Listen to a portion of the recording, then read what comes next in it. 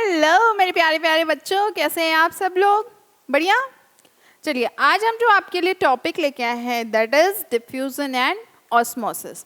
तो इस टॉपिक में बच्चों को बहुत प्रॉब्लम होती है। ये रिलेटेड टू केमिस्ट्री भी है, ये रिलेटेड टू बायो भी है। ठीक है, तो ये टॉपिक आपको ये कंफर्म कर देगा कि जो ट्रांसपोर्ट हो रहे हैं सेल के अंदर वो कैसे हो रहे हैं, किस किस प्रोसेस के थ्रू हो रहे हैं।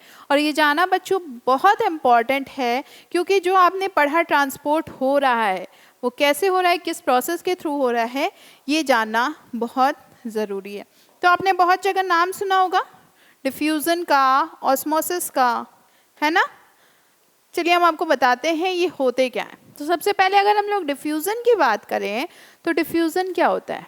डिफ्यूज़न एक स्पॉन्टेनियस मूवमेंट होते हैं मॉलिक्यूल्स के from a high region to a low reason.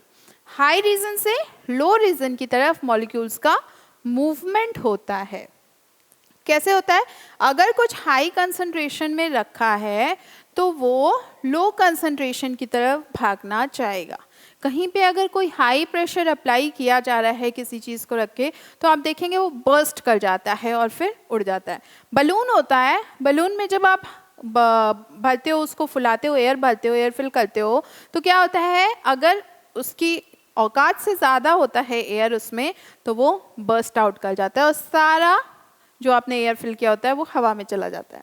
ठीक है, सेम ऐसे ही यहाँ भी होता है कि कोई भी चीज़ अगर आप हाई प्रेशर पे रख रहे हो, हाई कंसंट्रेशन में रख रहे हो, तो वो लो कंसंट्रेशन की तरफ मूव करता है। जैसे वाटरफॉल होता है, टॉप टू बॉटम ही फ्लो करता है।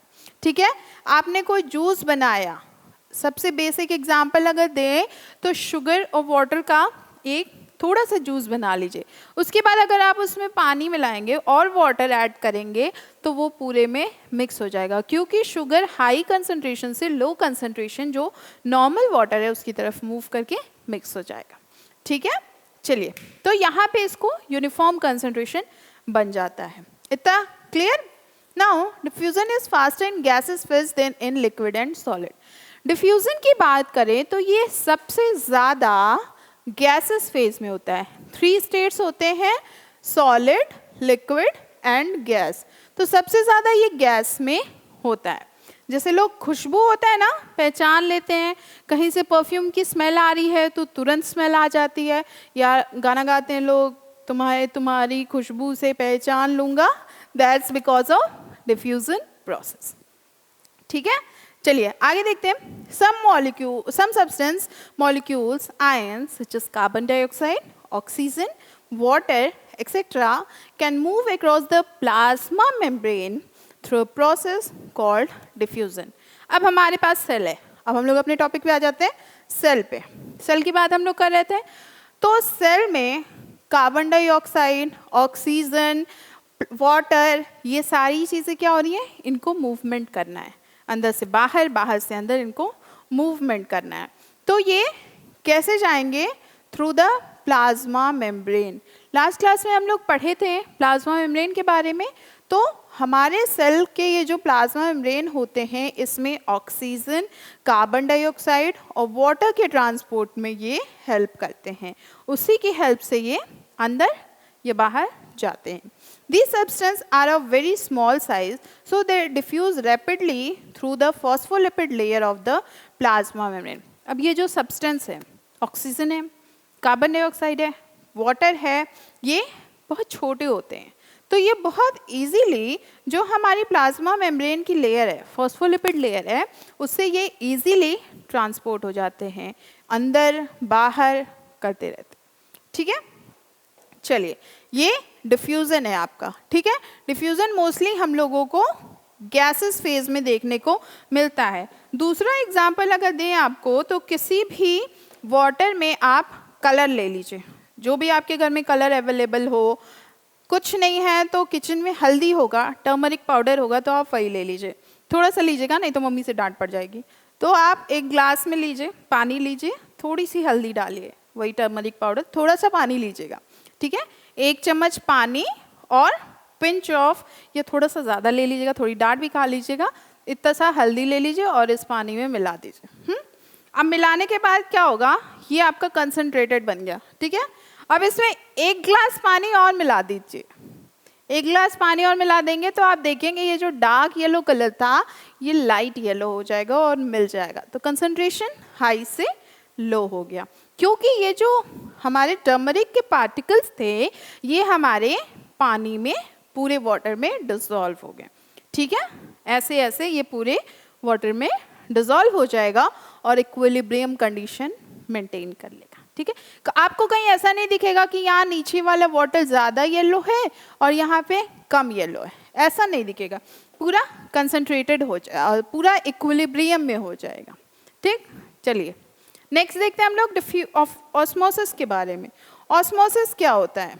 ऑस्मोसिस भी बहुत अच्छी चीज़ है, इसके बारे में भी जानना चाहिए, नहीं जानेंगे तो बड़ी दिक्कत हो जाएगी। See, water flows follows the law of diffusion. Water क्या करते हैं? डिफ्यूजन के लॉ को फॉलो करते हैं। Spontaneous movement of water molecule through a selective membrane is called as osmosis. जो स्पॉन्टेनियस मूवमेंट होता है वाटर मॉलिक्यूल्स का एक पर्टिकुलर मेम्ब्रेन के through, that is known as osmosis. और उस सेलेक्टिव परमिएबल मेम्ब्रेन को हम लोग यहाँ पे प्लाज्मा मेम्ब्रेन कहते हैं। क्योंकि हम लोग यहाँ पे प्लाज्मा मेम्ब्रेन सेल की बात कर रहे हैं तो हम लोग उसी के बारे में देखते हैं। अच्छा, ये चीज़ और इम्पॉर्टेंट है कि जो भी आपने ऑस्मोसिस के बारे में देख रहे हैं तो ये केमिस्ट्री हो चाहे बायोलॉजी, हर जगह एक ही है कि यहाँ पे सेमी परमिएबल मेम्ब्रेन के थ्रू ही ये फ्लो करते हैं। अगर नहीं सेमी परमिएबल मेम्ब्रेन के थ्रू फ्लो करेंगे तो डिफ्यूजन हो जाता है। So that is very important. Now see, the movement of water across the plasma membrane of the cell is affected by the amount of substance dissolved in water. अब जो movement हो रहा है वाटर का plasma membrane के through, कि किससे affect होता है? जो सब्सटेंस डिसॉल्व किया गया है। लाइक अगर यहाँ पे शुगर है या यहाँ पे टर्मरिक है या यहाँ पे कलर है तो ये हमारे इस सब्सटेंस पर डिपेंड कर रहा है कि मूवमेंट कैसा हो रहा है। मूवमेंट पार्टिकल्स पे भी डिपेंड करता है कि पार्टिकल अगर बड़े हैं तो मूवमेंट प्रॉपर नहीं हो पाएगा, पार्टिकल अगर छोटे हैं तो मूवमेंट इजीली हो जाएगा। Thus, osmosis is the passage of water from a region of high water concentration to a low water concentration through semi-permeable membrane. Diffusion में भी, osmosis में भी हाई कंसंट्रेशन से लो कंसंट्रेशन की ही तरफ जा रहा है, बट डिफरेंस ये है कि ऑस्मोसिस में सेमी परमिएबल मेम्ब्रेन होता है जिससे ये पास होते हैं। जैसे चाय छानते हैं तो छन्नी होती है चाय छानने वाली, तो क्या होता है? चाय पत्ती उस पर रह जाती है और जो लिक्विड होता है, चाय होती है, वो आपको मिल जाती है। तो आप समझ सकते हो कि वो वहाँ पे सेमी परमिएबल मेम्ब्रेन की तरह है। ऐसे ही सेल में होता है, सेल में भी सेमी परमिएबल मेम्ब्रेन, ये जो हमारा प्लाज्मा मेम्ब्रेन है ये सेमी परमिएबल मेम्ब्रेन की तरह काम करता है कि यहाँ से हाई कंसंट्रेशन से लो कंसंट्रेशन या की तरफ मूव करते हैं जो हमारे मॉलिक्यूल्स हैं वो, but through semi permeable membrane. Purely mechanical diffusion process by which cell absorb water without losing energy. अगर बात करें तो ये भी एक डिफ्यूजन का प्रोसेस है, that is a mechanical diffusion process जिसमें जो सेल होते हैं वो by which cell absorb water without losing energy. तो सेल वाटर को एब्जॉर्ब कर रहे हैं बिना किसी एनर्जी के लॉस के। कोई भी होता है अपना एनर्जी सेव करना चाहता है, जैसे बैठे रहो घर पे काम करने का मन नहीं करता क्योंकि हम लोग अपनी एनर्जी को स्टोर में रखे, काम नहीं करना चाहते। तो यही प्रोसेस यहाँ भी होता है कि कोई भी अपनी एनर्जी, सेल हो या बॉडी हो, वो अपनी एनर्जी लॉस नहीं करना चाहते। चलिए आपको बेसिक डिफरेंसेस बता देते हैं डिफ्यूजन और ऑस्मोसिस के बारे में। ठीक है, तो आपको काफ़ी हद तक क्लियर हो जाएगा कि ये क्या होते हैं। Now see, diffusion occurs in any medium. Osmosis की बात करें तो ये सिर्फ लिक्विड मीडियम में ही होता है। डिफ्यूजन आपको गैस मीडियम में ज़्यादा देखने को मिलेगा। द डिफ्यूजिंग मॉलिक्यूल में बी सॉलिड, लिक्विड और गैसेस। जो भी डिफ्यूजिंग मॉलिक्यूल है वो सॉलिड भी हो सकता है, लिक्विड भी हो सकता है और गैस भी हो सकता है। It involve movement of solvent molecules only. ये सिर्फ सॉल्वेंट मॉलिक्यूल्स के ही मूवमेंट को हेल्प करता है। Semi permeable membrane is not required. जो हमारा डिफ्यूजन प्रोसेस है इसमें सेमी परमिएबल मेम्ब्रेन की रिक्वायरमेंट नहीं है, बट जो ऑस्मोसिस होता है इसमें सेमी परमिएबल मेम्ब्रेन की रिक्वायरमेंट होती है.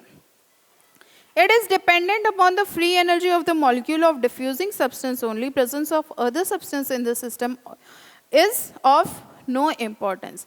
ये depend करते हैं free energy, molecule की free energy में, जो कि diffusing substance को help करते हैं diffusion होने में. Presence of other substance in the system is of no importance. बाकी system में क्या molecule है, क्या substance है, कोई मतलब नहीं है. Now osmosis. Though it is the diffusion of solvent molecule only, yet influenced by the presence of other substance in the system. अब भैया ये तो permeable membrane के थ्रू हो रहा है, तो इसमें अगर कुछ और पार्टिकल आ गया है तो उससे ये अफेक्ट होगा ही होगा, क्योंकि एक बैरियर लगा हुआ है ना.